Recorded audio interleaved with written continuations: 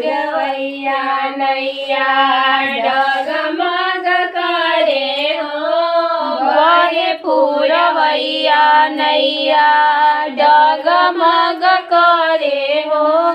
या भीतर सीता जीवन बनवली हो।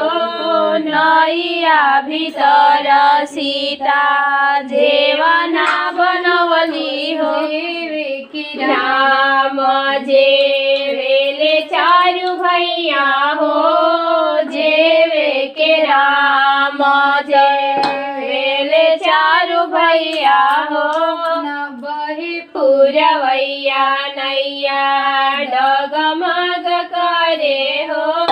बहे पुरवैया नैया डगमग करे। भीतर सीता से जुगर भरवली हो।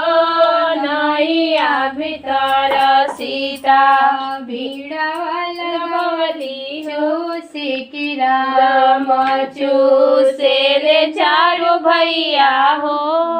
चूसे के राम चारु भैया हो। नैया भीतर सीता से जिया डसवली हो। नैया भीतर सोवे के राम सोवे चारु भैया हो। सोवे के राम सोवे चारु भैया हो।